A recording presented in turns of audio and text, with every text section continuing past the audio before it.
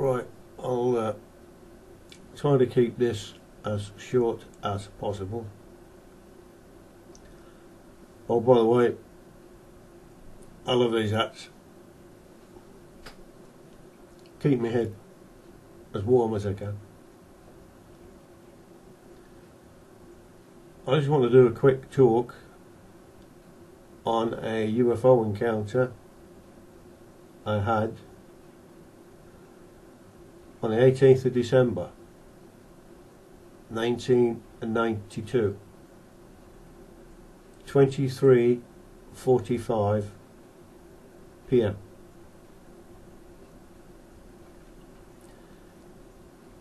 It was in a place called King's Lynn, Norfolk.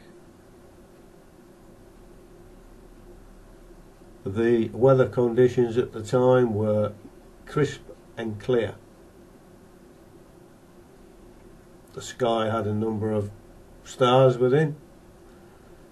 There was no celestial moon. There was no aircraft about at the time.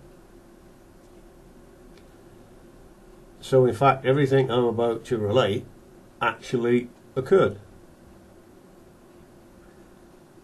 There are those out there, however, will try to be skeptical and try to put some kind of pattern on this encounter, this event, and I would say to them, you're very frightened individuals, aren't you? So on the 18th of December 1992, about 23:40, 20 to midnight, I was driving a pizza delivery van. It was a filling job for a bit extra money during the day. And I was going down a serpentine kind of roadway which descended into an estate called Fairstead Estate, Kingsland, Norfolk. As I say, it was an ordinary night, and this was my last pizza delivery for that night. I was driving a 700 weight vehicle, a van. I got halfway down this twisting, snarling roadway, and there directly in front of me through the windscreen I observed quite clearly, remember it was a clear bright night, what appeared to be a very huge silver star. Huge. Hanging in the sky, not celestial in what you call the heavens, but hanging in the sky, some quarter of a mile up or half a mile up, who's to say, because there's quite a distance away. However, this silver type star formation, which had 4 points to it, stayed there as I was driving downward, and within minutes of me observing that silver star, it suddenly extinguished. It went out, like switching a room light bulb off, and darkness for a minute or two. It wasn't there anymore. So obviously that wasn't a star.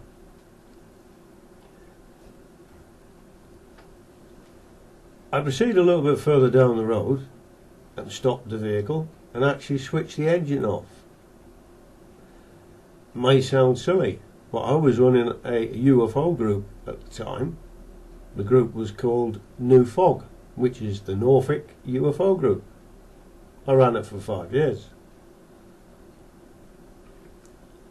And then as an investigator, one switches off the engine and winds down the driver's side window to ascertain any further phenomena, or to even hear any audible sound. I didn't have to wait long, probably 30-40 seconds. And there above me, 80 foot, probably 80 foot or less actually, and I can determine the height of 80 foot because I used to do parachute jumps, and one gets into a gravitational force which pulls you to the ground when you get to a certain height. Now, looking up at this object, which was doing less than 5 miles an hour, less, I observed its dimensions as probably 40 foot long and 8 or 10 foot high, from the base of the underside of the craft to the top dome-shaped aperture, dome-shaped. I could see quite easily from that distance that the hull of the craft was a kind of a dull rusty red colour, which seemed to remind me of metals being taken from a furnace or a forge, and they show a red and they cool down, as though this craft had been extremely hot. I don't know. As I say, this craft was hardly moving. It was easy to perceive. Within another minute or so, what at first looked like orange lights came on underneath the side of the craft, but I later believed they were actually exhaust ports.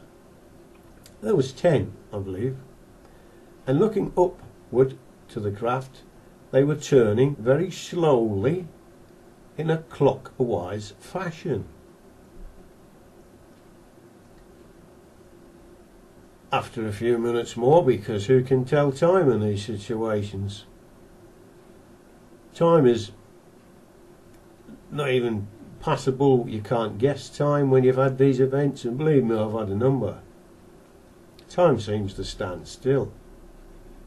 It's not significant to this reality, put it that way. So after a few minutes in your mind, if you like, there appeared in front of this craft, probably 10 foot away, a kind of shaking of space, a kind of a mirror being created. The mirror was, I don't know, probably 10 or 15 foot high.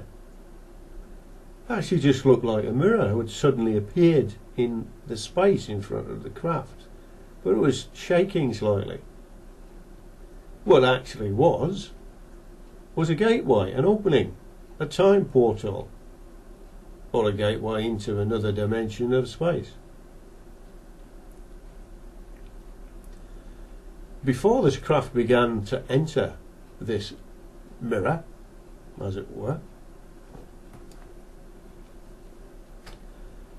I had the distinct feeling that I was about to be beamed on board the craft by its occupants. A very strong feeling.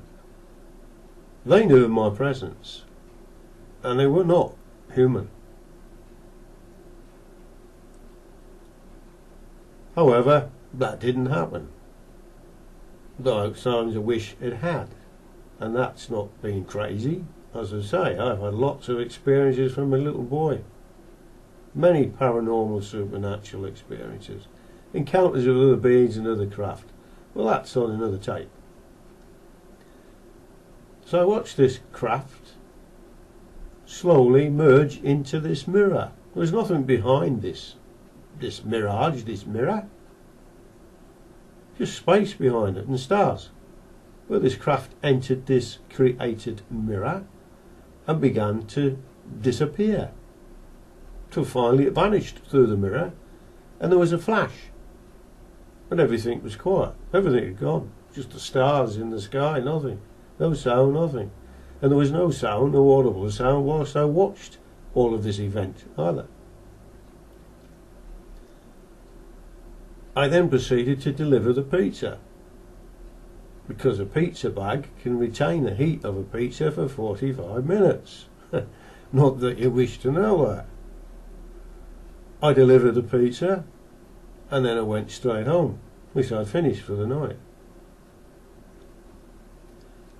I got in the house, I said nothing to my parents, I made myself a cup of tea and went into my bedroom, and for about half an hour I scribbled or drew some strange alien shapes, beings, as it were. 4 or 5. Whether they had been communicated to me, I am not quite sure. Anyhow, I would say before the end of this that I perceived, as a UFO investigator at the time, now this was in 1992, that the star, the anomaly I first saw, was actually not a star, but an opening portal, time gate opening up, where this craft came through. So it actually came through that portal, the star formation, and I watched it create a further portal, time gate, and go through it. So that, ladies and gentlemen, was my experience with an oval-shaped craft. And before I go, on all of these occasions, weird or weird not, I'm more inquisitive than frightened of these encounters. More inquisitive. I have been since a little boy. I have a very strong will. So thank you very much for watching this little interlude. Richard Thompson.